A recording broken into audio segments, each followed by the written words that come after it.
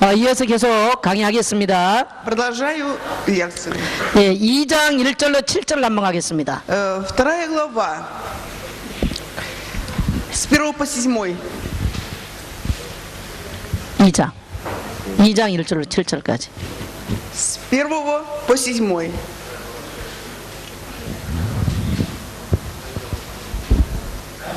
같이 시작. Все вместе, начали. Так совершенны небо и земля, все воинство их. И совершил Бог к седьмому дню дела свои, которые Он делал, и почил и в день седьмой от всех дел своих, которые делал. И благословил Бог седьмой день и осветил его, ибо Он и почил от всех дел своих, которые Бог творил и созидал. Вот происхождение неба и земли, при сотворении их в то время, когда Господь Бог создал землю и небо, и всякий полевой кустарник, которого еще не было на земле, и всякую полевую траву, которая еще не росла, ибо Господь Бог не посылал дождя на землю, и не было человека для возделения земли. Но пар поднимался с земли и орошал все лицо земли. И создал Господь Бог человека из праха земного, и вдунул в лицо его дыхание жизни, и стал человек душою живою. 아멘. 예, 2장이 창세기 2장 사건 2장입니다. Второй главы. 2장은 에덴 동산, Это Эдемский сад.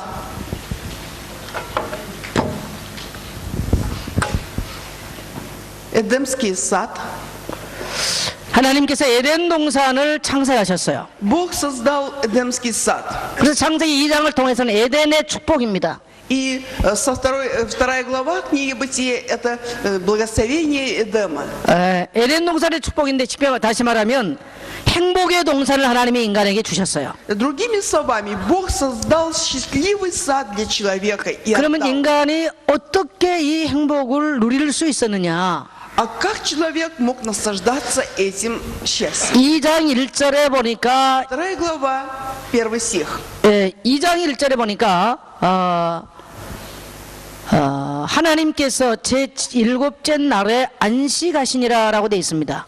И вторая глава, 1 стих, написано, что Бог 안식.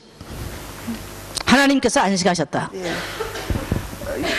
Бог покоился Бог 예. имел день покоя. Второй стих у нас же. 이 안식이 신약에서는 뭐냐면 예배예요, 예배. А второй, что такое день покоя? День покоя – это богослужение. 인간이 예배를 통해서 최고의 축복을 누리도록 그렇게 만들어놨어요. И через поклонение Богу, чтобы человек наслаждался высшим счастьем, вот так создал Бог человека. 그런데 2장 2절에 2장 3절에 보니까 2장 3절에 보니까 하나님께서 그 예배하는 이 날에 복을 주셨어요. И 2-3, когда в день поклонения, день покоя, день поклонения, Бог дал это благословение. 그 예배하는 인간에게 하나님이 복을 주셨어요. И благословил Бог человека в день покоя, когда поклонялся Бог человеку. 그래서 예전의 축복을 누리는 길은 바로 예배하는 거예요. И поэтому путь наслаждения эдемским благословением – это поклонение. 그 행복의 동산에서 인간이 살 수 있는 비결은 뭐냐면 예배예요. И секретом того, что человек мог жить в Эдемском саду, это является богослужение. 하나님이 예배할 때 인간에게 참된 안식을 주셨어요. И когда человек поклоняется Богу, вот тогда дал истинный покой человеку Бог. 그래서 세상에서 알지 못한 그 평안과 안식이 예배할 때 와요. И когда человек поклоняется, покоится, вот тогда приходит человеку этот покой.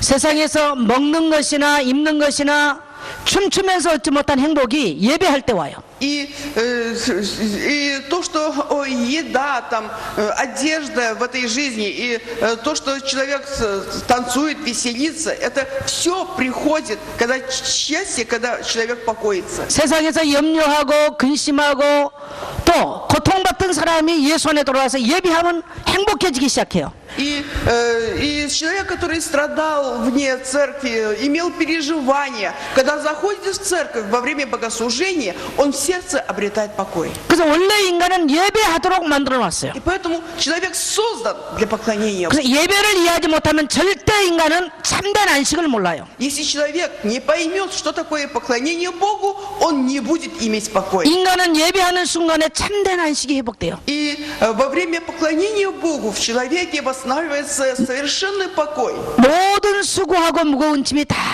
해방돼 버려요. Все обремененные и все труждающиеся, они будут покоиться. 그리고 하나님은 너무 기뻐서 그 예배하는 그 시간도 복을 주세요. И Богу так это угодно, что даже в этот час Он всякому дает. 그게 구약의 안식일 날이에요. Это и есть день покоя. 신약에는 주일날 예배하는 그 시간 얼마나 하나님이 축복하신 줄 В 몰라요. Завете это наш воскресный день поклонения Богу. 근데 사람들은 예배하는 그날에 이 비밀을 모르니까 다 돈 벌러 가고 엉뚱한 거 하러 가요. Настолько для Бога ценен этот день, когда люди поклоняются Богу, но мирские люди, не понимая, все идут зарабатывать деньги. 여러분 이 땅에서 영원히 행복하기를 원하거든 하나님 예배하는 거 잊지 마세요. Если желаете вечного счастья на этой земле, не забывайте никогда поклоняться Богу. 아멘. 아멘. 네. 네, 그리고 보니까 하나님께서 이 인간을 2장 7절에 보니까 인간을 하나님의 형상으로 지으셨는데 어떤 존재로 지으셨냐면 영적 존재로 지으신 것을 다시 한번 확인해요. И во 2 главе, 7 стихе, Бог еще раз говорит о том, что создал человека духовным существом. 인간은 영적인 존재라는 거예요. Человек – духовное существо. 그래서 하나님이 흙으로 사람을 만들었어요. Господь сотворил человека из праха земного. 그때는 인간에게 생명이 없었어요. Тогда не было у человека. 근데 하나님이 하고 호흡을 사람에게 불어넣어 줬어요. Но Бог вдунул дыхание жизни в человека. 이것을 우리는 성령이라고도 표현해요. Иногда мы это выражаем как Дух Святой. 또 성경에서는 생명이라고 표현돼 있어요. И в Библии написано это Дух жизни. 근데 하나님의 호흡이에요. И это есть дыхание Божье. 흙으로 만든 인간 속에 하나님이 하고 불어넣으신 거예요. И из праха земного создал человека и вдунул в лицо его дыхание жизни. 인간에게 숨을 주신 거예요. И дал дыхание. 근데 인간이 하고 들이켜 마셨어요. И вдохнул человек и стал живым. 그것이 바로 인간이 됐어요. Вот стал человеком душою живой. 그래서 인간은 그 호흡을 주신 하나님의 음성을 알아요. И поэтому человек знает глаз Бога, который дал ему дыхание. 우리에게 호흡을 주신 그 하나님은 우리를 사랑하세요. И Бог, который дал нам дыхание, Он любит нас. 자식처럼 사랑하세요. Он любит как своих детей. 그리고 그 인간은 하나님을 알고 그 하나님을 경배해요. И этот человек знает Бога и поклоняется Богу. 그게 원래 인간이었어요. Это есть человек. 근데 사람이 이 땅에 태어날 때요 호흡을 들여 마셔요. 하고 들이켜 마시면서 태어나요. Когда ребенок, когда рождается, первое, что делает, первое дыхание же делает. 근데 세상 떠날 때 어떻게 됐냐?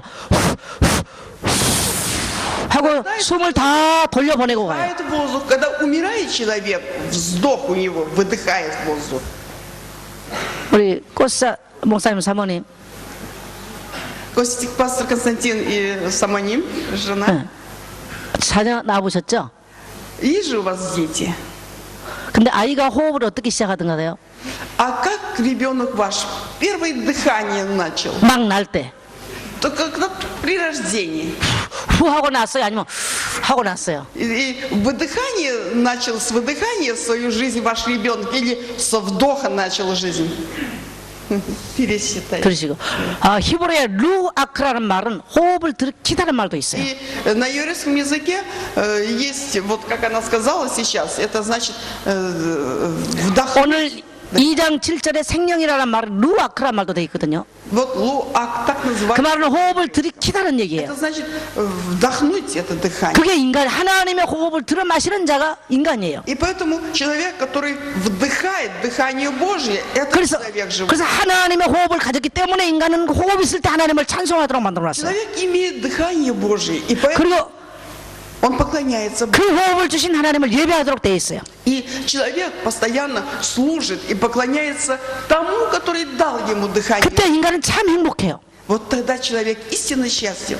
인간이 이 세상에 떠나갈 때는 그 호흡을 다 주신 이에게 돌려보내고 가는 거예요. А когда человек уже умирает, вот тогда уже последний он выдыхает полностью то, что дал Бог. 그래 Выдыхает. 죽었다라는 말은 호흡을 숨을 거두었다 그래요. И что значит умереть? Смерть означает, когда прекращается дыхание человека. 주신 하나님이 숨을 거두었다라는 얘기입니다. И Бог дал дыхание, и Бог забрал это дыхание. 그게 인간의 죽음이에요. Это и есть смерть человека. 창세기 2장 7절의 루아크라는 말은 그런 의미를 갖고 Глава 있어요. 7 в Библии, там луак, это есть, имеет такой вот смысл.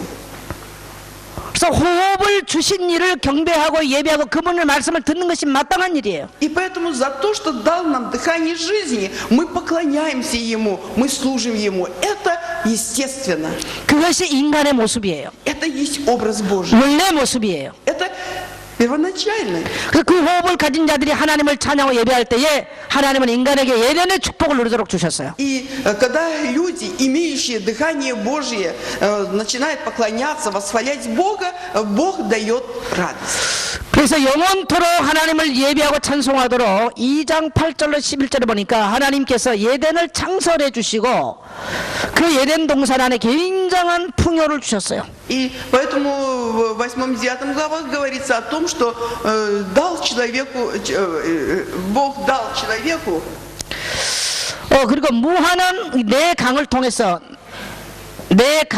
무한한 가능성을 하나님이 허락해 주셨어요. Человеку дает все блага. И через 4 реки, которые протекают через Эдемский сад, Бог дал все материальное. 그래서 하나님을 예배하고 하나님을 경배하는 자의 특징은 뭐냐면 풍요가 따라오는 거예요. И поэтому особенностью того, кто поклоняется Богу, восхваляет Бога, является то, что за этим человеком обязательно следует богатство. 오늘 여러분의 삶이 풍성해지기를 원하거든 예배의 비밀을 누리면 됩니다. Если вы желаете, чтобы ваша жизнь стала богаче, поклоняйтесь Богу. 행복해지기를 원하거든 예배의 비밀을 누리면 돼요. Если вы желаете быть счастливыми, то наслаждайтесь тайной поклонения. 아멘. 그게 창세기 2장의 메시지예요. Это месседж, который дается во 2 главе книги Бытия. 그래서 인간에게 하나님께서 영원토록 살아갈 수 있도록 생명나무를 에덴 동산 안에 주셨어요. И 생명과. дал, посадил дерево жизни, чтобы человек мог вечно жить. 그리고 하나님을 예배하고 경배하는 것을 잊지 말라고 선악과도 주셨어요. И чтобы человек не забывал поклоняться Богу, Он дал дерево познания добра и зла. 생명과는 2장 16절에 있고 또 선악과는 2장 17절에 기록되어 있어요. 2:16 дерево жизни, 2:17 дерево познания добра и зла. 인간의 창조의 목적은 하나님을 경배하기 위해서 만드셨어요. И целью сотворения человека является поклонение Богу. 그때 인간은 행복해요. Вот тогда 그때 인간은 풍요로워요. Вот тогда человек богат. 그때 인간은 능력 있는 인간이에요. Тогда человек силен. 그것이 원래 인간이었습니다. Это первоначальный человек. 그리고 하나님께서 이 인간이 영원토록 이 안식을 누리도록 주신 것이 또 하나 있는데 그게 뭐냐면 2장 18절을 보니까 결혼 제도와 가정이에요. И во 2 главе 18 стихе, чтобы человек всегда вечно наслаждался счастьем, это есть бракосочетание, семья. Бракосочетание семьи. 최초의 에덴 동산에서 결혼식이 진행됐어요. И впервые в Эдемском саду было бракосочетание. 아담 혼자 사는 것이 별로 보기 좋지 않아서 하나님이 아담 갈비뼈에서 여자를 만들어 주셨어요. Нехорошо, Бог понял, что нехорошо человеку быть одному, и поэтому вынул ребро из Адама и создал женщину. 아담이 깊이 잠들었어요. И навел на него глубокий сон. 눈을 떠보니까 너무 아름다운 섹시가 딱 하나님의 손을 잡고 걸어오고 있었어요. А когда Адам открыл свои глаза, увидел прекрасную женщину, он взял ее за руку и 아마 그때의 에덴 동산의 하와는 슬라브인이었을 거예요. вот тогда, наверное, действительно слава говорили. 최고로 아름다운 하와. Это самая прекрасная 그 Ева. 하나님이 딱 손을 잡고 딴딴따단 하고 И, 왔어요. наверное, под этот марш Бог взял Еву за руку и привел к Адаму. 그러면서 2장 24절에 보니까 이는 내 뼈 중에 뼈요 내 살 중에 살이라고 고백해요. 아담이. И поэтому Адам сказал в 27 стихе, стихе, что кость от костей она. 그러면서 하나님께서 이 가정이 얼마나 중요한가를 말씀해 주세요. И потом Бог сказал, насколько важна семья. 하나님께서 연합해서 가정을 이룬 것은 사람이 깰 수 없다고 말해 주셨어요. И то, что Бог соединил, человек не может разлучить. 근데 오늘날 인간이 하나님을 떠난 이후에 굉장히 많은 가정들이 깨져버려요. Но однако, когда человек оставил Бога, столько разведенных семей. 예, 인간이 참 행복할 수 있는 비밀을 창세기 2장을 통해서 말씀해 И во 주셨습니다. второй главе дается тайна истинного счастья человека. 그래서 우리는 창세기 2장을 통해서 예배의 비밀을 통해서 행복을 회복해야 돼요. И через вторую главу книги Бытия мы должны восстановить 그리고 поклонение Богу. 인간은 영적인 존재이므로 2장 7절의 영적인 존재, 인간은 성령 충만하는 삶을 살아야 돼요. И поэтому человек должен всегда жить при исполненном Духа Святого, исполнении Духа Святого. 그리고 인간은 하나님의 말씀을 듣고 살 수 있는 존재로 만들어졌죠. И человек создан существом, который должен слушать Слово Божие. 그래서 인간은 하나님의 말씀의 법칙을 어기면 불행해져요. И если человек нарушит Слово Божие, то станет несчастным. 예배하라고 하는 이 법칙을 깨면 불행해져요. И если Слово Божие говорит, чтобы человек поклонялся Богу, но если 선악과 먹지 말라고 말한 것을 어기고 선악과 먹으면 불행해져요. Если Слово говорит, чтобы не ели плодов от дерева познания добра и зла, но человек, если нарушит, то человек становится несчастным. 하나님이 주신 뭔가 가정 제도를 깨버리면 인간은 불행해져요. И если человек тоже нарушит принципы создания семьи, то эта семья разрушается. 그래서 이 땅에서 인간은 하나님의 말씀의 법칙대로 살면 행복해진 И 존재예요. поэтому на этой земле человек должен жить по Слову Божьему, тогда он всегда будет счастливым. 아멘.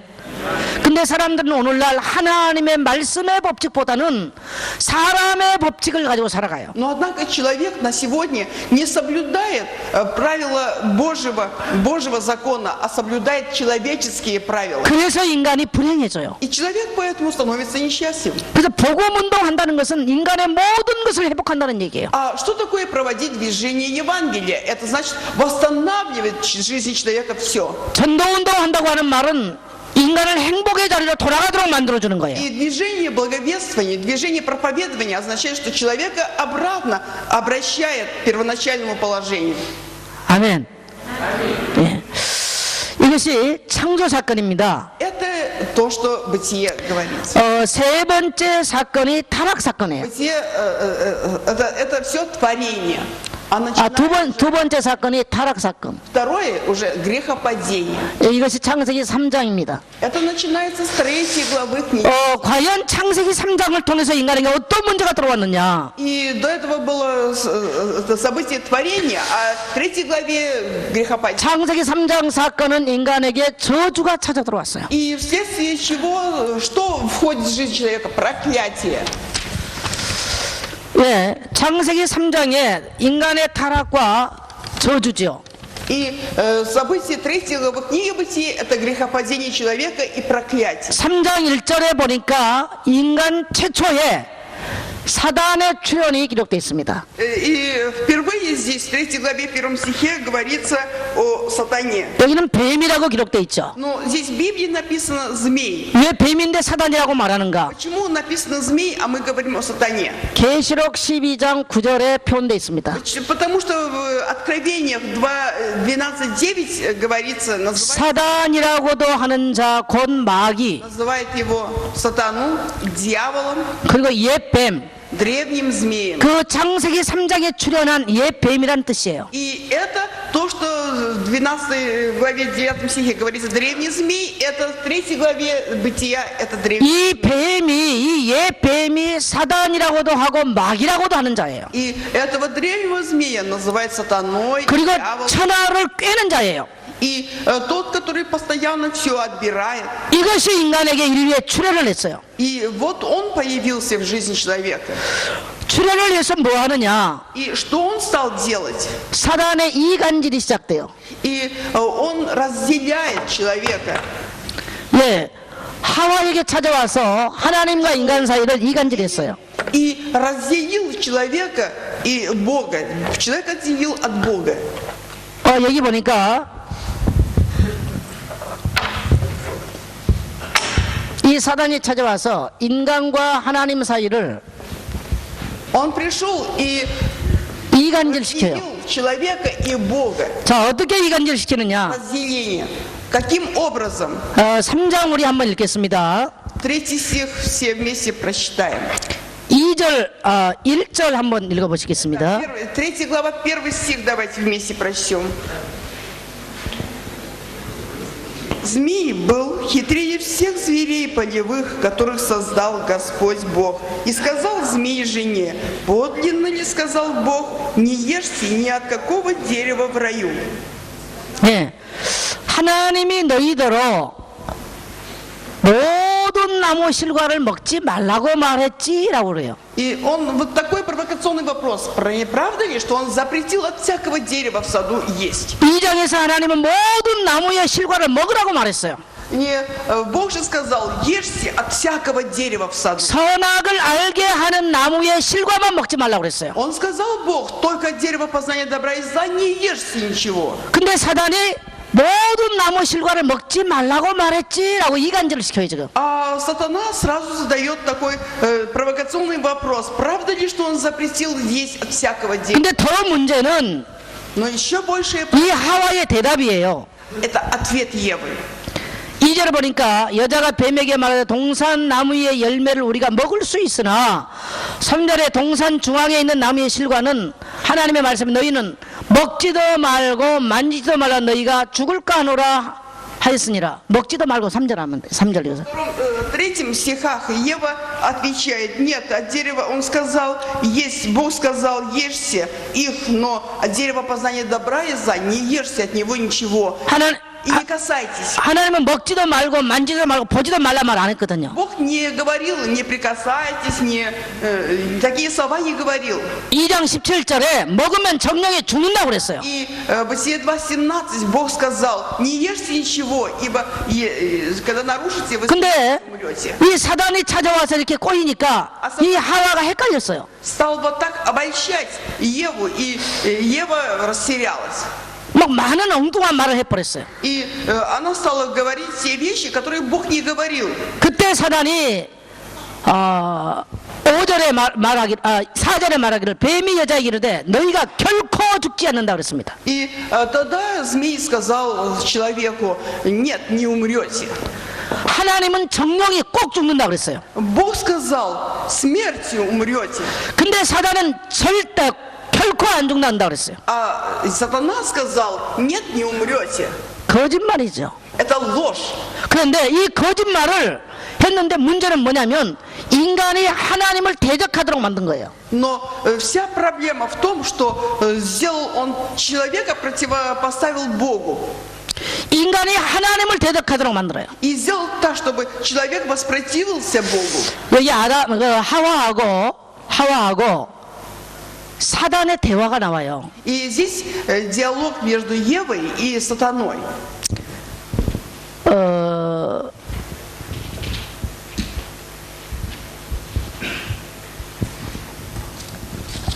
여기 보니까요. 3장 1절에 보니까 그런데 뱀은 여호와 하나님이 지으신 둘 중 제일 강교하더라. 여자에게 물어 이르되 하나님이 참으로 그래요. И в 4 стихе, в 5 стихе говорит, Бог. 그런데 성경은 여호와 하나님이 그렇습니다. А в Библии написано Господь Бог. Что он читает? 못 찾았어요? Они. 못 찾았어요? 근데요, 뱀은 하나님을 엘로힘의 하나님을 말해요. И Бог сказал, Господь, Бог. 능력 있는 하나님. Бог Элохим, значит. 그러나 두려우신 하나님.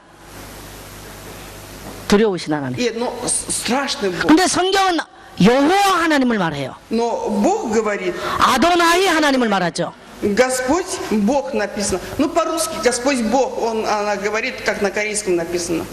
그러니까 사단이 보는 하나님은 능력도 있지만 두려우신 하나님이에요. И значит, Бог это Он и страшный Бог, и всесильный Бог. 그러나 성경이 우리에게 말하는 하나님은 언약적 관계에 있는 아도나이 하나님을 말해요. Это сатана вот так вот говорит, что он страшный Бог, но то, что говорится в Библии, 그래, Господь 저 Бог, 불신 это Адонай. 사단이나 저 불신자는 하나님 떠난 자들은 하나님은 말할 수 있지만 언약적 관계의 하나님은 절대 말할 수 없어요. Но все те, которые уже оставили Бога, неверующие, они могут говорить вообще в целом о Боге, но о завете Божьем они не могут говорить. 우리에게 약속을 하신 아도나이 하나님은 말할 수 없어요. И не могут они говорить о Боге Адонае, который дал нам обетование. 그래서 하나님은 두렵고 또 벌 주신 그런 하나님으로 인간이 가까이 갈 수 없는 하나님을 소개해요. И поэтому они всегда представляют Бога, который страшен, и нельзя даже близко подойти к Богу. 근데 성경이 우리에게 말씀해 주신 하나님은 우리를 지으시고 우리를 복 주시고 우리의 말씀을 이루신 언약의 하나님, 여호와 하나님, 아도나이 하나님을 설명해요. Но Библия нам дает, представляет Бога Богом Адонаем, который дает нам обетование, Богом всемогущим Элохим, который Иегова, который всегда с нами пребывает. 오늘 바로 하와의 문제가 바로 그거였어요. Сегодня проблема Евы состояла именно в этом. 하와가 하나님을 알되 언약적 관계에 깊은 그런 관계가 아니었어요. И отсюда мы узнаем, что у Евы не было глубоких заветных отношений с Богом. 성경은 뭘 말하냐면 언약을 설명하고자 해요. А Библия желает объяснить, разъяснить завет. 만일에 하나님과 내가 언약적 관계가 아니면 얼마든지 사단이 이간질하고 틈을 타버려요. Если бы не было у меня с Богом заветных отношений, то сатана сколько угодно может и разрушить, и обмануть.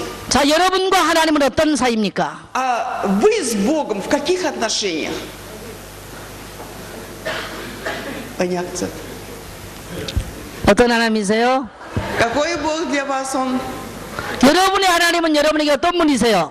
И 여러분 하나님 어떤 하나님이냐? какой у вас Бог? 고백해 보세요. И исповедуйте. Адонай, Аняк, Хананим, Хананим Абади. 하나님과 우리는 아버지와 자녀의 관계의 하나님이에요. У нас отношения между отцом и детьми, вот такое отношение наше с Богом.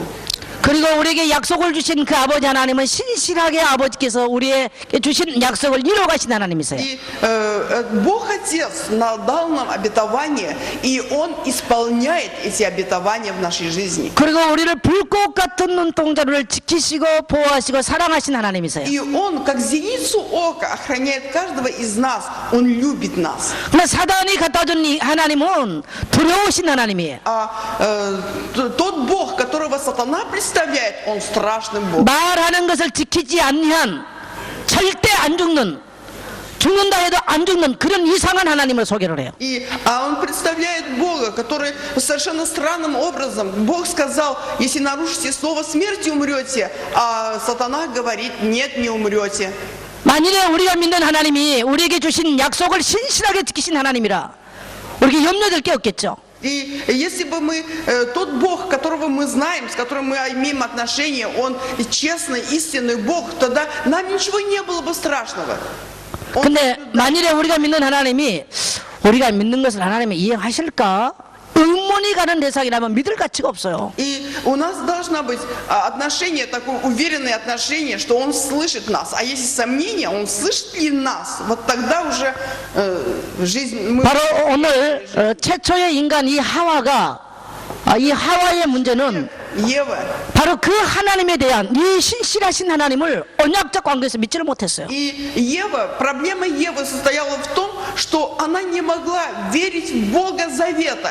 그래서 사단이 찾아가서 그 약점을 건드린 거예요. И поэтому у нее не было отношений заветные с Богом, и сатана это прочуял. 하와가 그냥 어느 날 과일 하나 따먹은 게 문제가 아니에요. Это не проблема то, что сорвала этот плод от этого дерева. Не это проблема. 그거 따먹어도 안 죽을 수 있다고 생각했어요. И он думала, что если даже съест, не умрет.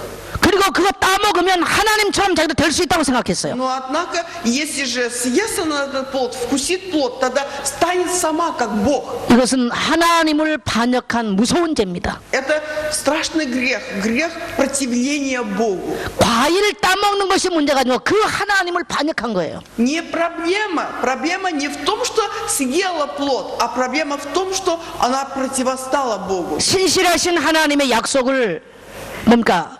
저버린 거죠. Это проблема в том, что она полностью и проигнорировала обетование Божие. 그것이 인간에게 죄가 됐습니다. Это стало грехом для человека. 근데 지금도 이 사단은 뭐 하느냐면요. Сатана, что делает сейчас? 하나님, 이 사단이란 말이 대적자라는 뜻이에요. Сатана в переводе означает противник. 그래서 합법적으로 지금 이 합법적으로 하나님을 대적하는 일을 해요. И поэтому конституционно, законным образом он совершает дела противления. 그게 뭐냐면 종교입니다, 종교. А что это? Другими словами, это 합법적으로 하나님을 대적하도록 만든 게 종교예요. законным образом противляется Богу, это есть религия, внизу религия. 하나님 아닌 것을 가져다 놓고 하나님이라고 삼기도록 만들죠. И они поставили того, что не является Богом, и как будто есть Бог, и заставляют всех служить Ему. 인간이 사단의 말을 들으면 훨씬 행복해질 줄 알았어요. И думали, что если человек услышит, примет слова сатаны, то станет счастливым. 하나님처럼 돼서 행복해질 줄 알았어요. Человек думал, что станет как Бог и будет счастливым. 근데 그 행복은 깨져버렸어요. Но это счастье разбилось. 자, 그 행복, 진짜 행복, 더 행복해질 줄 알았는데 인간에게 찾아온 게 뭡니까? И человек думал, что нарушит и станет как Бог и получит совершенное счастье. Но счастье разбилось. Что получил человек? 예, 3절에 보니까 7절에 보니까 그들의 눈이 밝아져 자기들의 벗은 줄을 알고 무화과 나무 잎을 엮어 치마를 했더라. В 7 стихе написано: «И открылись глаза у них обоих, и узнали они, что ноги, и сшили смоковные листья, и сделали себе пояса». 예, 7절에 보니까 선악과를 먹고 나니까 죄의 눈이 밝아졌어요. И когда в 7 стихе говорится о том, что когда они сорвали и нарушили Слово Божие, сорвали плод, тогда открылись глаза на грех. 그동안 벌거벗고 다녀도 부끄러운 줄 몰랐어요. До этого они ходили в таком же виде, но не знали, что они ноги, что это стыдно. 그런데 선악과를 따먹고 하나님을 대적하고 나니까 죄의 눈이 밝아졌어요. Но когда вкусили от дерева познания добра и зла и открылись глаза, вот тогда они увидели, обнаружили, 자기 몸이 벗은 것이 보여졌어요. они увидели, что они ноги. 부끄러웠어요. Им стало стыдно друг другу. 수치스러웠어요. Им стало позорно. 그래서 나무 잎을 엮어서 Поэтому они сорвали листьев 치마를 해요. и сделали себе опоясание. 쉽게 말하면 자기 문제가 보이기 시작했어요. И другими словами, у них открылись глаза, и они стали видеть свои проблемы. 스스로 해결하려고 그랬어요. И они сами решили разрешить эту проблему. 그전에는 인간에게 옷이 필요 없었어요. И до этого не надо было никаких опоясаний. 그래도 부끄럽지 않았어요. И до этого не надо было, нечего было стыдиться. 근데 나뭇잎을 엮어서 치마를 해보니까 금방 말라버려요. Но они сорвали листья и сшили себе опоясание, а листья сразу засыхают. 우리는 이것을 종교행위라고 그래요. Вот это мы называем делами религии. 최초의 종교예요. Это первая религия. 인간을 가려줄 수 없는 종교행위를 하는 거죠. Это дела религии, которые не могут навечно прикрыть грех человека. 인간의 죄를 가려줄 수 없는 나무잎을 가지고 자기의 부끄러움을 가려요. И листьями они сделали из листьев опоясания, которые не могут закрыть их наготу. 오늘날 사람들은 하나님 아닌 종교를 붙잡고 자기 죄와 더러움을 덮어보려고 그래요. И многие люди именно увлекаются какой-нибудь религией и считают и стараются прикрыть свой грех.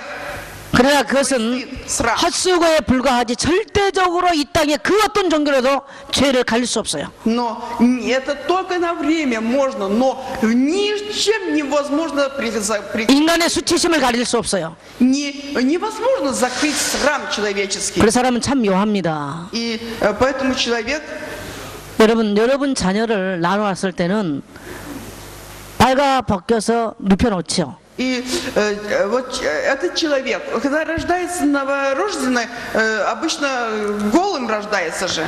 근데 만일에 그 아이를 4살 때까지 빨가 벗겨놓고 있으면 그 아이는 굉장히 수치심을 느껴요. Но если же младенец не понимает, он голый или нет, но 4 года, как вот это исполнится, раздеть его догола, то ребенку станет стыдно. 아마 2살까지는 빨가 벗고 아빠 앞에서 춤도 추고 노래도 하고 할 수 있어요. Да, до 2 годиков ребенок может совершенно ногим танцевать перед папой там и веселить.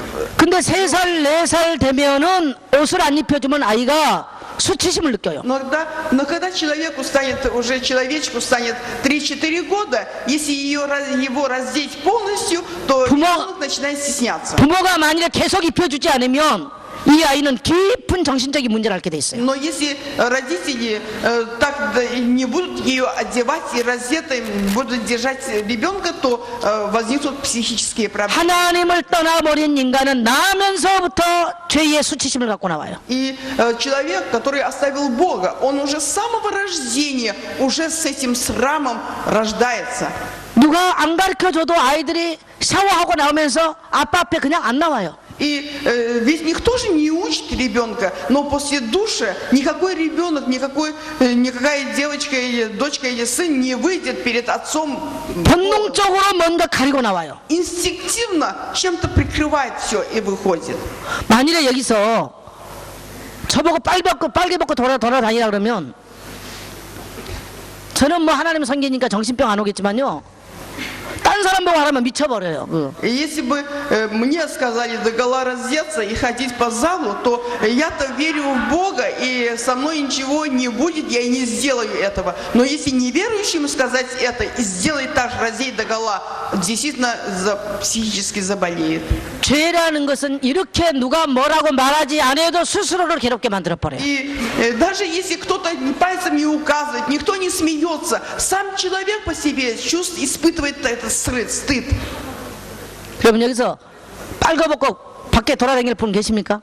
И 돌아다닐 если 수 있는 среди 분. вас тот, который может догола раздеться и по улицам ходить, 미치지 않은 이상 절대 못하는 거예요. если не сумасшедший, никто не может сделать этого. 인간을 괴롭히는 죄의 속성 중에 하나가 수치심이에요. Это и есть одно из свойств человека. 그래서 정신 문제를 안고 있는 여기서 정신병이 출현을 하지요. 정신병. И психические болезни. 사단을 섬기면 반드시 찾아오는 게 정신병이에요. И когда человек поклоняется сатане, обязательно приходят психические проблемы. 그래서 정신 문제를 안고 있는 사람은 특징이 있습니다. И у людей, имеющих психические проблемы, есть особенность. 늘 수치심을 느껴요. Постоянно испытывает стыд.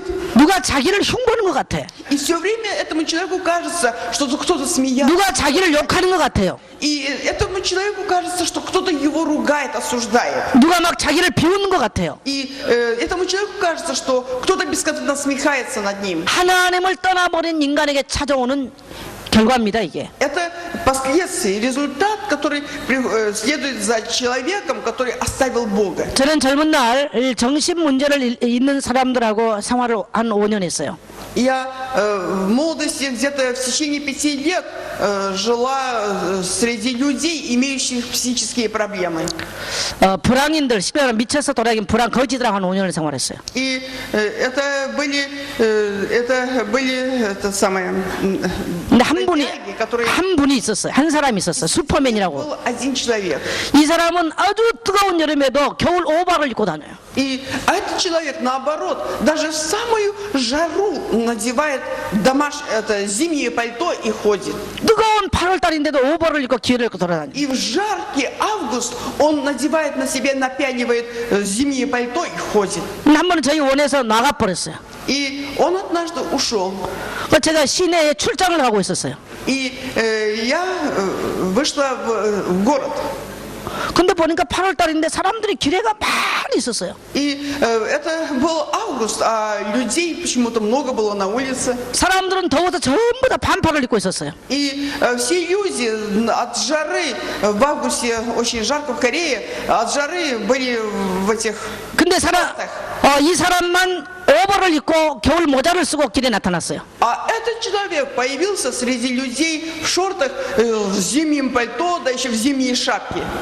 아침에 출근하는 차를 다 잡아 세워놨어요. И те, которые вот по утрам выезжали на работу, все остановили даже машину. 체격이 이렇게 커요. А он очень большой человек. 그래서 우리가 붙여놓은 이름은 슈퍼맨이에요. 슈퍼맨. Супермен.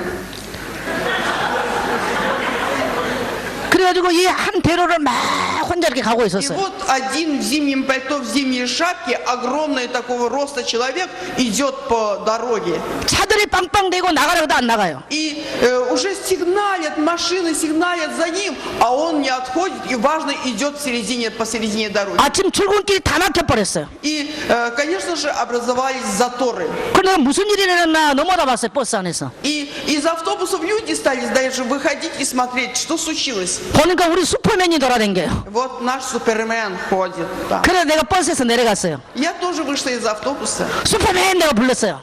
Супермен позвала я. 그 나를 이렇게 돌아보더라고. Он оглянулся на меня. 근데 빨리 나와 그랬어요. Я сказала, давай быстрее иди сюда. 나를 보고 씨 웃더니 안 나와요. Он даже улыбнулся мне и не уходит с середины дороги.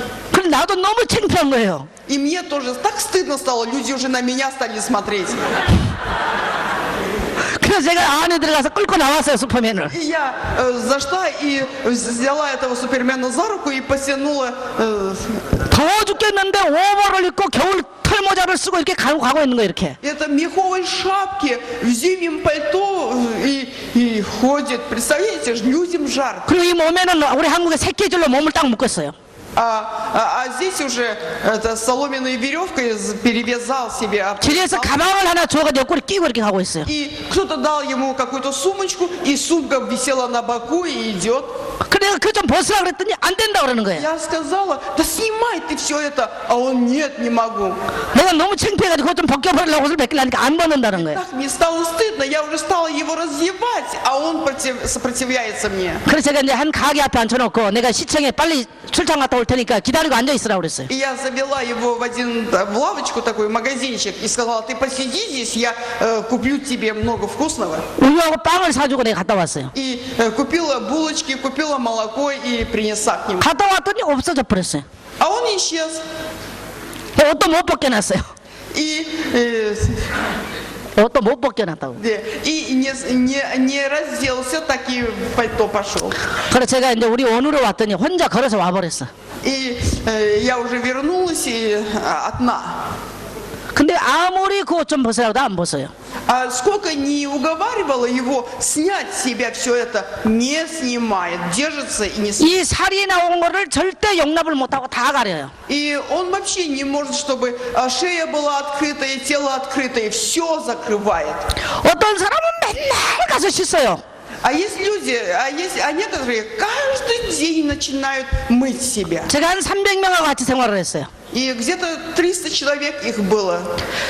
그 사람은 물만 보면 가서 씻는 거예요. А этот человек, у него были такие странности, как только увидит воду, он начинает уже мыть, стирать. 저는 정신 문제와 있는 사람들을 마음을 읽을 수 있어요. И я могу понять этих психически больных людей. 사람의 수치심은 덮어서 되는 일이 아니에요. И проблема человека в том, что прикрыть ничего невозможно. 사람의 수치심은 씻어서 될 일이 아니에요. И человеческий срам смыть нельзя.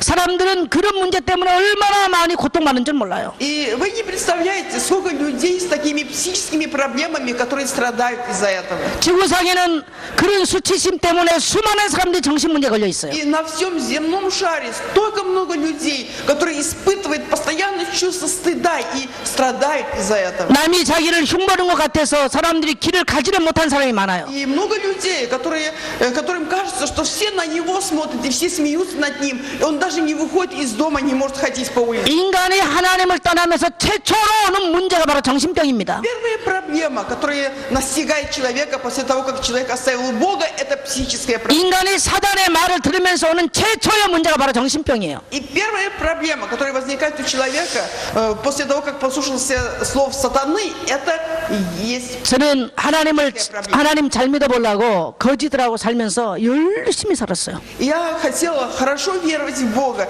и поэтому жила среди этих с такими проблемами людей, среди нищих. 근데 그들 문제가 해결 안 된 걸 봤어요. Но я видела, что их проблемы не 저는 решаются. 그때 밤에 잠을 자지 않고 늘 엎드려서 기도했었어요. И я в тот период, когда жила с этими людьми, бомжами, я не спала даже по ночам. Все время я молилась Богу. 제 마음속에 갈등이 왔어요.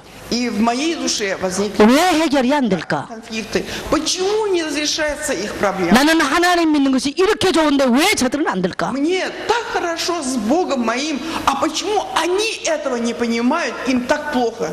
이 정신병은 왜 해결이 안 될까? Почему не разрешается проблема психических заболеваний? 저는 20대를 지나오면서 20대 이 30전에 그런 문제를 보면서 굉장히 고뇌를 많이 했어요. И где-то, когда мне было 20 и больше, я, видя эти проблемы, сама страдала. 저는 그때 하나님께 기도하고 참 성령 충만했어요. Я всегда молилась Богу и всегда была преисполнена Духа Святого. 밤을 새워서 하나님을 향해서 기도했어요. И ночи напролет я молилась. 내 영혼은 너무 행복했어요. Я была так счастлива. 근데 제가 눈 떠서 현실을 볼 때는 굉장히 고민이 많았어요. Но когда своими глазами я видела реальность, столько много страданий.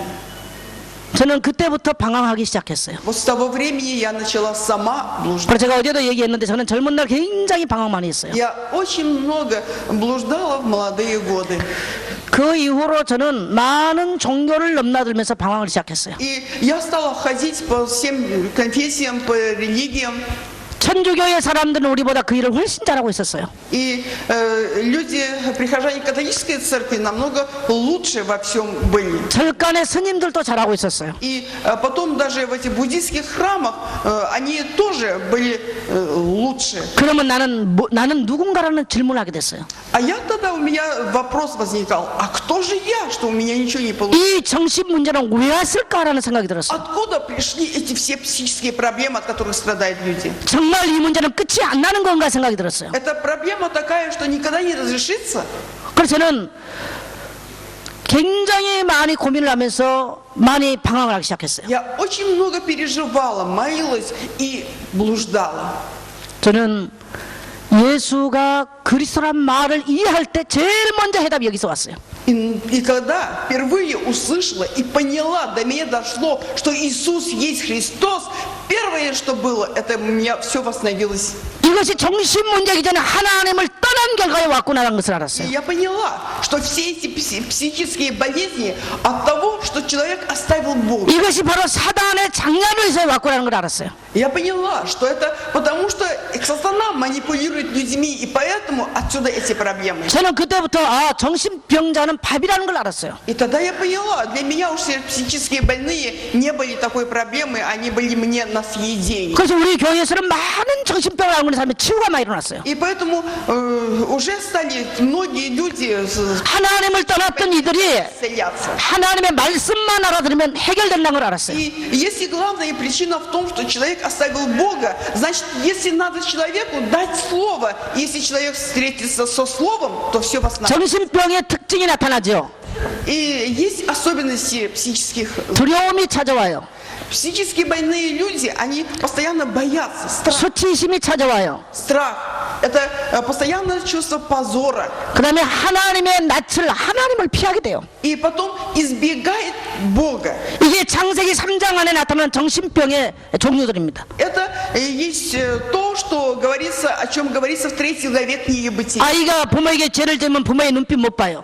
Если ребенок сделал что-то нехорошее, тогда не может смотреть в глаза. 낯을 피하게 돼 있어요. И ребенок избегает глаз. 그래서 정신병자의 특징은 절대 사람과 눈을 정면으로 못 봐요. Особенностью психических больных является то, что никогда не могут смотреть в глаза человека. 여러분의 자녀가 자폐증이 들기 시작한다면 절대 부모의 눈빛을 못 마주쳐요. И если с вашим ребенком возникнет проблема, когда уходит в себя аутизма, вот тогда он не может вам смотреть. 제가 목회하는 지역에 20년 동안 미쳐 돌아다닌 자매가 하나 있었어요. И в моей церкви была одна сестра, которая 20 лет она безумная. 너무 교회를 찾아와서 저를 괴롭게 했어요. И постоянно она почему-то приходила именно в нашу церковь и мне причиняла много страданий. 그래서 제가 매일 어차피 오는 거 매일 안 쳐놓고 30분씩 창세기 3장을 설명해 줬어요. И каждый раз, когда она приходит в церковь,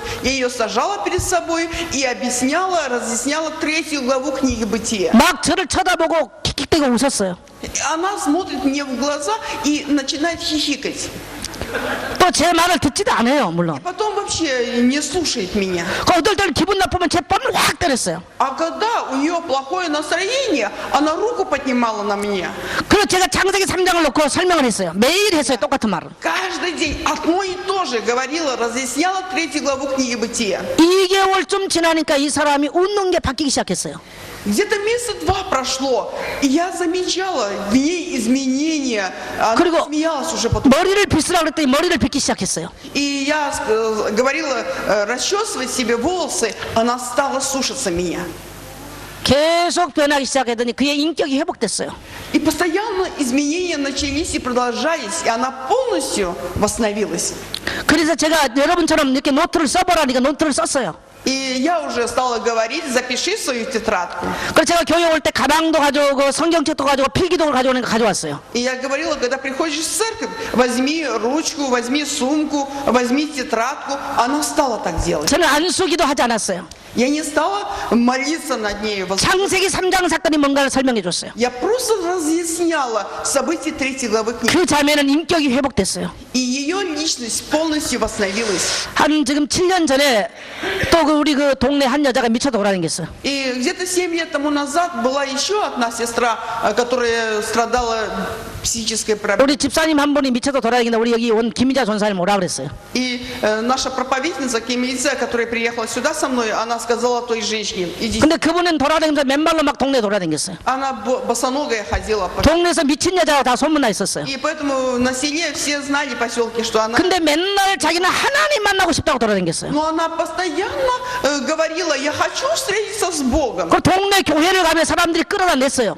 И когда она ходила в какую-нибудь церковь, люди уже ее отговаривали. 그 여자가 교회를 가면 목사님 얼굴을 긁어버렸어요. Почему? Потому что она, когда пойдет в церковь, она царапала лицо пастора. 그 가는 교회마다 교회를 모두 끌어내는 거예요. И поэтому каждая церковь, как только она приближается, прихожане ее оттаскивали от церкви. 근데 나중에 들어보니까 자기가 교회를 가면 목사님 얼굴에 전부 다 귀신이 붙었다는 거예요. И она мне призналась, почему она так делает. Когда пойдешь в церковь, смотрит на лицо, и ей кажется, что бесы на лице. 자기는 목사님 얼굴에 귀신 띄워주려고 그러는데 사람들은 자기를 보고 목사님 할겠다고 끌어내더라는 거죠. Бесов всех снять с лица пастора, а люди считают, что я царапаю лицо пастора, и меня... 그래서 우리 집사님이 너무 불쌍하다 우리 전사님 오라 그랬어요. И поэтому я, конечно, увидела, и было очень жалко ее, и позвала... 우리 전사님이 갔다 와서 내한테 얘기를 했어요. Проповедница сходила к ней, и потом мне рассказала. 그래서 그 집을 가봤어요. И пошли к ней домой. 집이 이 쓰레기통 같이 생겼어요. И дом ее был как мусорная свалка. 그런데 이분이 하는 말이 밤마다 귀신들이 와서 울어서 못 살겠다는 거예요. И она говорит нам, что каждую ночь приходят бесы и начинают... 허리를 피지를 못해. И не может она выпрямить спину, 자기는 하나님 만나고 싶대요. спать не может. Она говорит, я хочу встретиться с Богом. 그래서 제가 우리 전사님에게 6개월을 매일 가서 성경보를 해주라 В 그랬어요. течение 6 месяцев постоянно, я сказала проповеднице, ходить к ней и говорить. 여기 같이 온 우리 전사님이 21일 가서 하니까 이 여자가 회복이 됐어요. Но прошло 22 дня, и она полностью восстановилась, пришла в себя. 할렐루야. 그래서 저희 교회를 왔어요. И она пришла в нашу церковь, 근데 교회가 멀다고 좀 가까운 데로 가면 어떠냐고 그러더라고. но она спросила, это так далеко ваша церковь находится, можно мне? 그러면 그 아파트 안에 있는 교회를 가라고 그랬어요. Я сказала, поближе, если есть церковь, иди. 근데 가서 절대 통성기도하고 이런 거 하지 말라고 그랬어요. Но чтобы она ни за что не громко не молилась, 방언하고 이런 거 하지 말라고 그랬어요. не на иных языках, чтобы она не говорила. 그 교회 가니까 미친 사람이 치유돼서 왔다고 막 간증을 시켰어요, 그 여자한테. И в этой церкви, как увидели ее, узнали ее, и ей дали свидетельствовать за то, что она такая была сумасшедшая, и теперь нормальная стала. 그 여자는 간증할 여자가 아니고요, 더 말씀 들어야 돼요. Эта женщина не была в той стадии, когда надо свидетельствовать, ее надо было дальше лечить. 막 목사님도 세워놓고 간증을 시켰어요, 그 교회에서. Но пастор вызвал ее и стала, чтобы она свидетельствовала. 1년 가까이 지났더니 전화 와서 자기 죽겠다고 살려달라고 전화 왔어요. Год прошел всего, и она позвонила мне, я умираю, помогите, спасите меня. 그리고 전사님이 어떻게 했냐니까 가서 간증도 못하고 다 막 그러면서 막 돌아다닌 거예요, 여자가. И потом она снова, на нее нашло, снова стала ходить, выходить из дома, ходить везде. 사람은 Проповедница стала. 하나님의 말씀에 뿌리를 내리지 못한 문자뿌리입니다. И проблема человека в том, что человек, если не пустит корни в Слово Божие, то обязательно возникнут. 오늘 하와의 문제는 바로 하나님의 말씀을 듣기는 들었으되 뿌리를 내리지 못했어요. Проблема Евы заключалась в том, что она слышала Слово Божие, но не пустила корни в Слово. 그래서 하나님을 떠나게 됐죠. Поэтому отошла от Бога. 그래서 그에게 수치심이 찾아왔어요. И с того времени 두려움이 찾아와요. уже и позор, и страх. 하나님의 낯을 피하게 돼요. Она стала избегать человека. 이게 창세기 3장의 문제죠. Это проблема третья. 그러면서 또 문제가 옵니다. И опять проблема. 하나님의 저주가 선포됩니다. И здесь говорит, Бог проклинает. 네, 창세기 3장 16절로 20절이죠. 3 глава, 16 по 20 стихи. 16절에 보니까 여자에게 선포됩니다. В 16 стихе Бог говорит, это наказывает женщину. 해산의 고통, Это муки, болезни, страдания родов. 남편을 사모하는 고통. Это то, что влечет ее к мужу своему. 쉽게 말하면 가정의 고통이 찾아왔죠. Это значит, другими словами, семейные проблемы пришли в жизнь. 여자는 남편을 사모해요. И женщину всегда влечет к мужу, любит его. 사모한다는 말은 좋은 말이 아니에요. И это слово на корейском языке, это нехорошее слово, когда влечет все время. 사모한다는 말은 축복의 메시지가 아니에요. Это не послание благословения. 원래 인간은 사모할 것도 없고 사랑한다는 말도 필요 없어요. И вообще первоначальному человеку нет необходимости даже в словах увлекаться чем-то и любить кого-то. 창세기 3장 이후에는 인간은 남편을 아내에게 사랑한다고 고백해야 돼요. Но, однако, после 3 главы книги Бытия уже человек должен признаваться в любви друг к другу. 아내도 남편에게 사랑한다고 고백해야 돼요. И жене надо признаваться постоянно, 그래야 가정에 문제 안 생겨요. признаваться в любви к мужу, муж жене, и тогда в семье не будет проблем. 원래 에덴 동산의 인간은 그 고백이 필요 없어요. А в Эдемском саду такого исповедания, признания не нужно было. 그 남편은 아내를 다스려요. И муж же, он господствует, 가정의 질서가 파괴돼 버렸어요. и разрушился порядок в семье. 창세기 3장 사건을 통해서 하나님과의 질서가 파괴됐어요. И через 3 главу книги Бытия отношения человека с Богом тоже разрушились. 가정의 질서가 파괴됐어요. Разрушился порядок в семье. 그리고 인간 관계의 질서가 이 관계의 질서가 파괴됐어요. Разрушились отношения между людьми, человеческими. 남녀의 질서가 파괴돼 버린 거예요. Разрушились отношения мужчины и женщины. 이게 창세기 3장 사건이에요. Это 3 глава книги Бытия. 그래서 오늘날 사람들은 인간관계 때문에 굉장히 고통받아요. И поэтому из-за человеческих отношений человек очень много терпит страданий. 행복하지를 못하죠. Не может быть человек счастлив, когда проблемы в отношениях. 이것이 바로 창세기 3장 통해서 왔어요. Это все из 3 главы книги Бытия. 그 다음에 이렇게 되면 자연스럽게 오는 게 뭐냐면 자녀 문제입니다. И дальше уже проблема детей. Дети. 파괴된 가정 속에서 자란 아이들은 문제가 많아요. Дети, которые выросли в семье, несогласной семье, разрушенной семье, всегда проблематичны. 이런 자녀가 사회를 나가면 사회 문제가 오죠. Если такой ребенок вырастет и выйдет в общество, тогда возникают проблемы в обществе. 오늘날 청소년 문제라고 말할 수 있죠. И это общество, можно это называть подростковым проблемой. 이런 문제가 왔어요. Вот такие проблемы вошли в жизнь человека. 그 다음에 남편에게 주는 저주. А затем уже проклятие, которое дано мужу. 3장 17절입니다. 3.17. 그리고 19절까지죠. 18절까지죠. 3.17-18. 제일 처음에는 경제 문제예요. Первое – это экономическая проблема. 밭에 씨앗을 뿌리면 열매를 잘 맺어야 됩니다. И когда бросишь семя в землю, то должно принести плоды. 근데 그 땅에서는 가시덤불과 엉겅퀴가 나게 돼 있어요. А там уже Бог сказал, тернии и волчцы произрастит земля. 땅이 원래 땅이 효력을 잃어버렸어요. И земля потеряла свою силу. 하나님을 떠나 영적인 문제가 오는 게 뭐냐면 경제 문제가 틀림없이 걸려버려요. Поэтому, когда человек оставляет Бога, первая проблема, которая настигает человека, это экономическая проблема. 다른 문제는 아무 문제가 없는데 딱 경제 문제가 걸려요. И во всем другом, может быть, нет проблемы, но экономическая проблема обязательно возникает. 그리고 늘 이마에 땀을 흘리도록 수고해도 새끼 먹기가 힘들어. И потом в поте лица трудишься, а не обеспечиваешь себе полной жизни. 그래서 인간이 하나님을 만나 하나님을 경배하면 회복된 게 바로 경제 문제가 회복돼 버려요. Первое, что у человека восстанавливается, когда встретится с Богом, то это счастье. 영혼이 잘 되면 범사가 잘 돼요. И если душа здравствует, то во всем преуспевает. 인간의 영혼이 안 되면 범사가 안 되게 돼 있어요. Если душа не преуспевает, тогда если душа не здравствует, тогда ни в чем не преуспевает. 그래서 남자들의 최고의 고통은 뭐냐면 경제 문제입니다. Поэтому у мужчин самая большая проблема – это всегда экономическая проблема.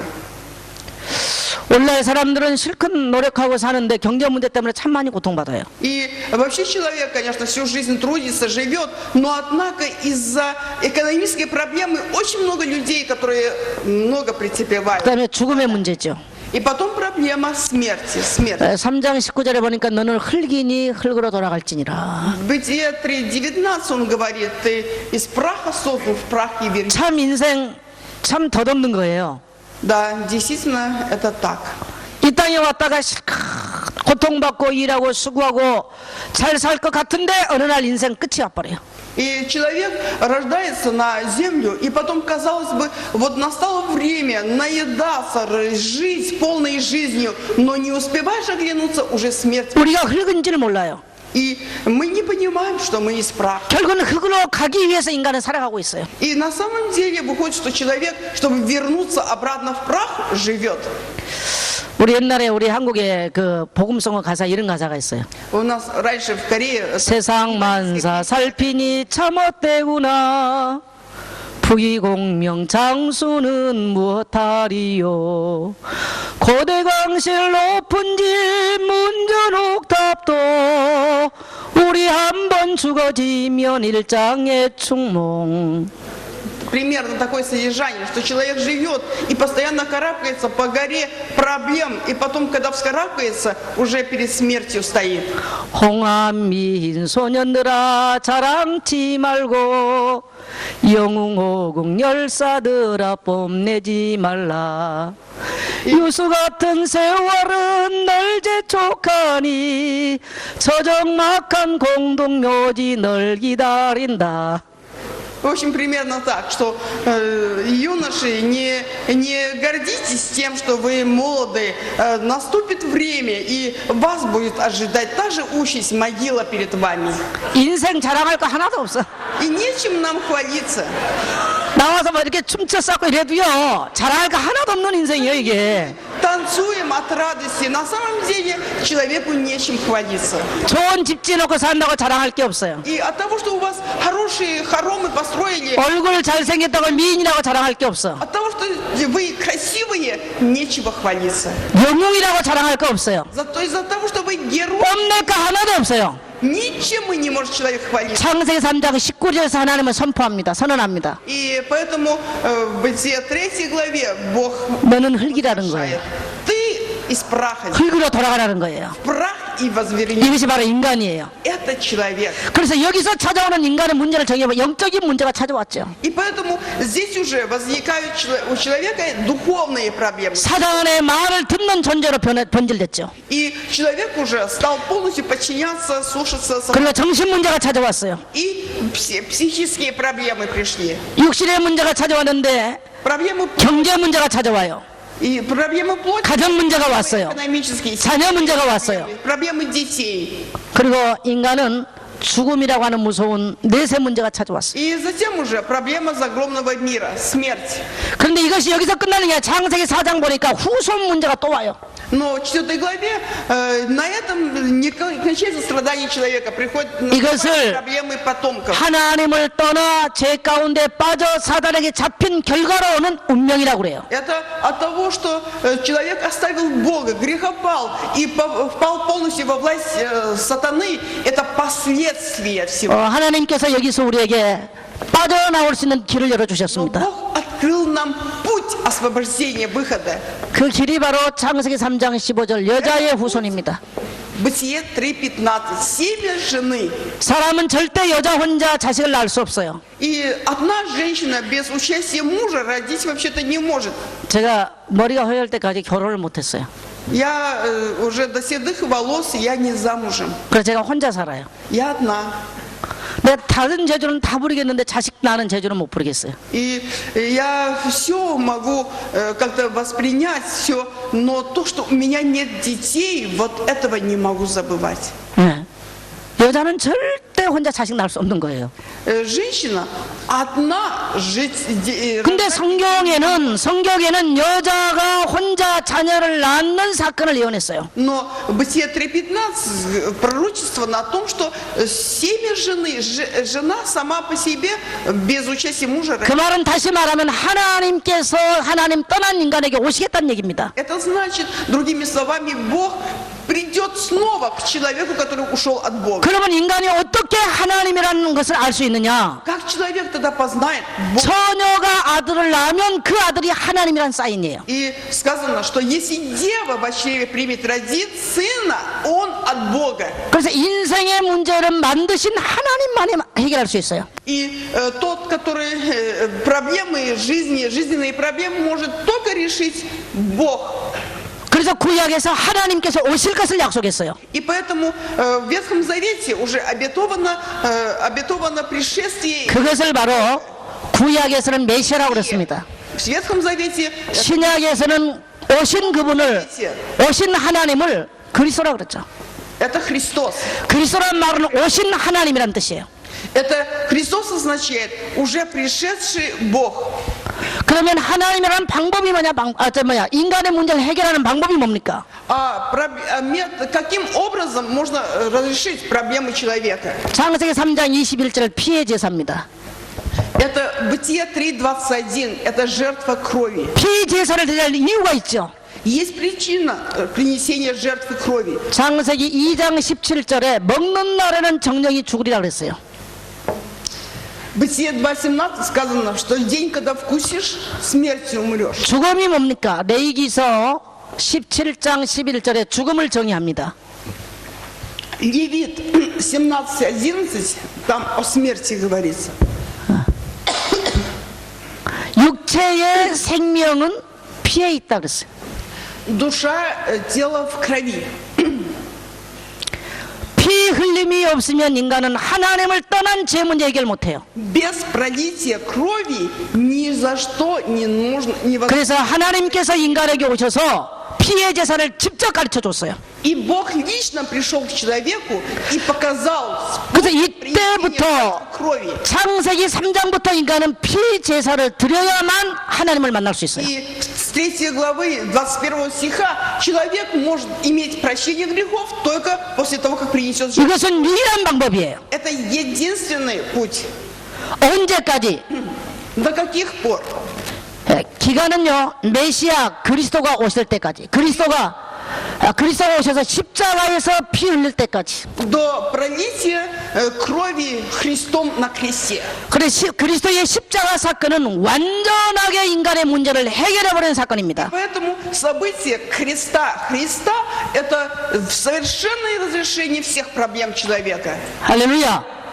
그래서 성경은 우리에게 결론적으로 요한복음 1장 12절 영접하면, 이 땅에 오신 예수를 영접하면 하나님 만나게 되는 거예요. Иоанна 1:12, поэтому сказано, что если только примет человек его, то разрешатся все проблемы. 영접하는 순간에 인간은 창세기 1장 27절이 회복돼 버려요. Восстанавливается Бытие 1:27. 영접하면 2장 에덴의 축복이 회복돼 버려요. И в момент принятия восстанавливается благословение Эдема. 영접하면 창세기 3장 사건에서 해방돼 버려요. И в момент принятия освобождается человек от 3 главы книги Бытия. 예수를 구주로 영접했는데 창세기 3장 사건이 떠나버려요. И человек принимает, когда Иисуса Христа, события 3 главы книги Бытия полностью покидает. 예전의 행복의 자리로 돌아가요. И постоянно обращается уже снова к счастью. 원래 인간의 모습으로 돌아가요. К первоначальному образу человека. 그리고 예수를 구주로 믿음으로 그리스도는 우리에게 제 문제를 해결하는 제사장입니다. И Христос, Он первосвященник, истинный священник, который разрешил проблемы греха. 하나님을 만날 수 있는 제 문제 해결하는 제사장이 되셨어요. Это священник, который разрешает проблемы греха. 하나님을 만날 수 있는 길을 주신 이분은 선지자가 되셨어요. Путь написано тире пророк. Он 인간의 배후에 해결할 수 없는 사단의 머리를 깨뜨리신 이분은 만왕의 왕이 되셨습니다. тире царь. Он стал истинным царем, разрушившим власть сатаны. 그래서 창세기부터 성경은 그리스도로 말미암아 행복의 자리로 돌아가라 우리에게 선포합니다. И поэтому, начиная с книги Бытия, вся Библия говорит, чтобы человек, оставивший Бога, обратился снова к Богу. 인간은 그리스도가 아니면 하나님을 경배할 수도 없어요. Человек, если не Христос, 알 수도 없어요. поклоняться, знать, 만날 수도 не 없어요. может встретиться. 예수 그리스도의 십자가 사건만이 유일하게 하나님을 만나는 길이에요. И события на кресте Иисуса Христа – это единственный путь, 유일하게 하나님께 인도하신 참된 길이에요. единственный путь к Богу. 오늘 예수로 구주로 삼은 여러분 복된 인생으로 회복된 줄 믿습니다. А вы все здесь сидите, все, которые уже приняли Иисуса Христа, и вы уже вернулись к первоначальному образу человека. 그래서 이 땅의 문제는 창세기 3장 문제입니다. И все проблемы на этой земле – это проблема 3 главы книги Бытия. 사람들은 창세기 3장이란 말 이해 못해서 지금 엉뚱한 종교 생활해요. Люди не знают о 3 главе, что произошло в 3 главе книги Бытия, поэтому они ведут религиозную жизнь. 그래서 우리가 전도하고 복음 전할 이유가 바로 여기 있어요. И в этом состоит именно причина того, что мы должны благовествовать, должны проповедовать Евангелие. 앞으로 여러분 현장에서 담대하게 선포하세요. И поэтому вы смело идите на места 사람은 и проповедуйте. 하나님의 말씀에 귀만 기울이면 어떤 문제도 해결돼 버려요. И если человек только направит свои уши к Слову Божьему, то у него все восстановится. 심각한 정신병자도 하나님의 말씀을 들으면 끝나버려요. И уже неизлечимый психической болезнью человек тоже, когда услышит Слово Божие, восстанавливается. 여러분은 그리스도 이름의 증인으로 하나님이 부르신 줄 믿습니다. Бог призвал каждого из вас свидетелем Слова Божьего. 그래서 이런 많은 증인들을 찾고 세우는 것이 바로 신학원의 한 일이에요. И то, что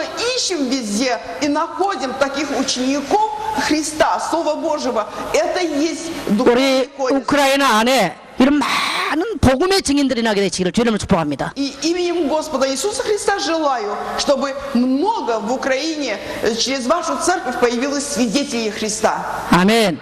하나님 감사드립니다. Бог Отец, благодарим Тебя. 그리스도가 아니면 소망이 없는 인생인 것을 봤습니다. Мы сегодня узнали, что если не 주님, 우리의 마음을 열고 그리스도의 십자가 위에는 소망 없음을 다시 한번 고백하게 하옵소서. Господь, дай нам еще раз исповедоваться в том, что если не крест, не то, что произошло на кресте, 그리고 이 그리스도 이름이 증거되는 일에 우리 생을 드릴 수 있도록 축복하시니 감사드립니다. Господь, нас в свидетельствовании имени Христа. 남은 생 이 그리스도의 복음을 위하여 값지게 살기를 원합니다. Мы желаем оставшуюся жизнь полностью посвятить. 주님, 이 시간 우리 인생을 축복해 주옵소서. Этот час благослови жизнь каждого. 주 예수 그리스도 이름으로 기도드립니다. Иисуса Христа молюсь. 아멘. Аминь. 하나님께 영광의 박수 돌립시다. Слава нашему